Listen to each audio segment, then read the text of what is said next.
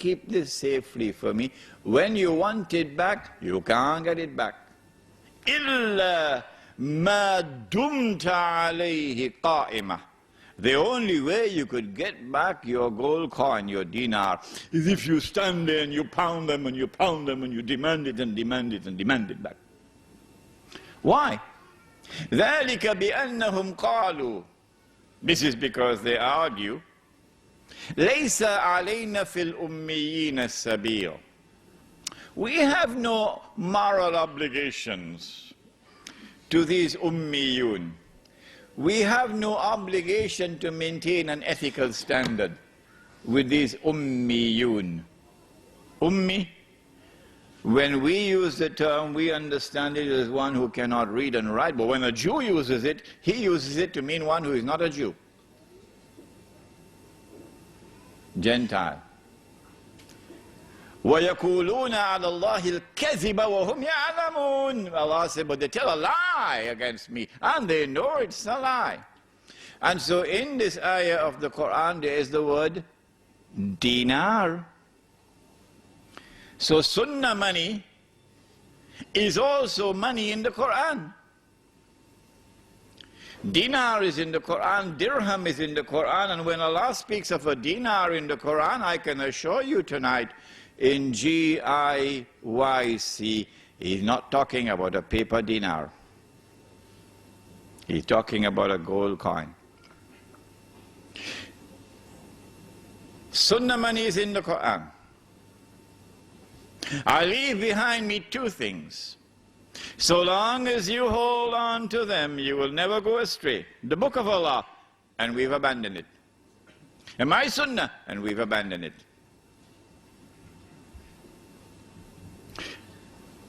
Why now was it haram to exchange 2 baskets of dates for one? Why was it riba? Answer: because dates were used as money. Since dates were used as money, if we permit a transfer of 1 on this side and 2 on this side, we will open the door for money to be lent on interest. That's why. Well, then why was it halal to exchange 4 camels for 1? Now that's an easy question. Who can answer that question for me? Yes? The 4 camels were male and the 1 was female. No, that's not the answer. Yes? That's the answer, correct. Because camels were not used as money. Did I tell you that story about the fellow who was paid his salary? He worked for the whole month, and at the end of the month he got his salary, and his salary was a camel. So he was taking the camel home when the camel died. So when he reached home, he said to his wife, salary died. Salary died. So wife said, go tell the boss. So he went and said, boss, salary died.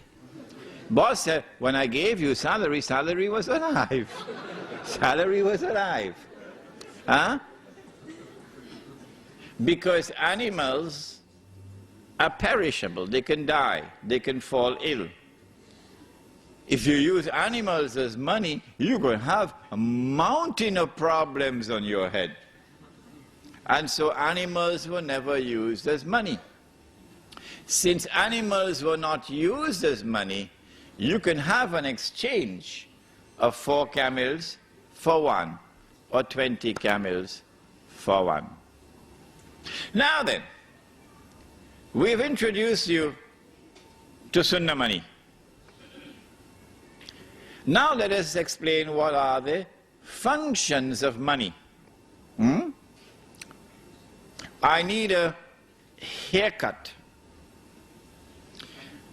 And my wife says to me, Imran, I'm tired cutting your hair. Why don't you go to the barber? So I went to the barber. Barber cut my hair. I've got to pay him now. So I offer him a copy of my book, Prohibition of Riba in the Quran and Sunnah. The barber looked at me with a very strange look on his face. He said, Sheikh, I am afraid I'm not interested in reading your book. How can I pay him? This is called barter. Barter has its limitations. As they found out in Yugoslavia, as they're finding out in Indonesia now, barter has its limitations. What I need is money, something which can function as a medium of exchange. I pay him for the haircut with money. He goes to the market and he buys tomatoes with money. That vendor comes, he buys my book, Prohibition of Riba in the Quran and Sunnah, with money. This is now money functioning as a medium of exchange. Allah subhanahu wa ta'ala, who created us with needs which cannot be satisfied except through buying and selling, must also have created money which can function as a medium of exchange. Sunnah money performed that function successfully. Yes, I know somebody will argue that it was not as convenient to have dates as money as it is to have some pieces of paper in your wallet. I know that argument. But the fact is that Sunnah money functions successfully as a medium of exchange. Second function of money. Second function of money. Every single home I went to in South Africa, every single home, it was a black woman. A black woman. As a domestic servant. Yeah. And she was working from morning until night. For the whole month. A black woman. So I scratched my head and I said, if that is Islam, I need to do some work here. Huh? That couldn't possibly be Islam. In every single home, a black woman, sometimes 2, sometimes 3, sometimes 4, as domestic servants, working from morning to night. That's a recipe for disaster. How much shall we pay her for her labor?